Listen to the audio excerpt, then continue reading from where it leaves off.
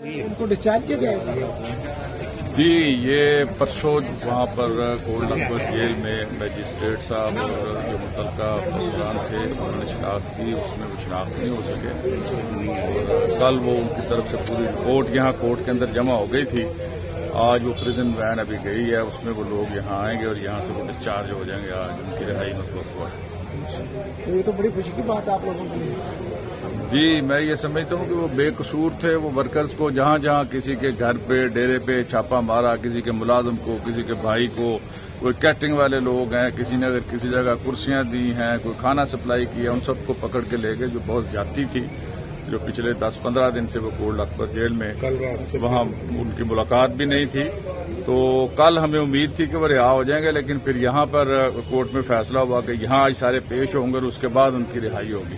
تو آج انشاءاللہ وہ ڈسچارج ہوگا۔ اچھا سر، سپریم کورٹ نے کے سے متعلق جو نئے رول بنائے پارلیمنٹ میں، اسمبلی نے، اس حوالے سے کیا کہیں گے؟ اس کا فائدہ تو سب کو ہی ہوگا میرا خیال ہے کہ اسے مسترد کر دیا ہے، وکلا نے بھی مسترد کر دیا ہے، پی ٹی آئی نے بھی کر دیا ہے اور سول سوسائٹی نے مسترد کیا ہے کہ عین اس موقع کے اوپر سپریم کورٹ کی آزادی کو سلب کرنے کے مترادف ہیں۔ یہ جو ترامیم کی جا رہی ہیں اور جو لیجسلیشن کی جا رہی ہے، یہ انلیگل ہے۔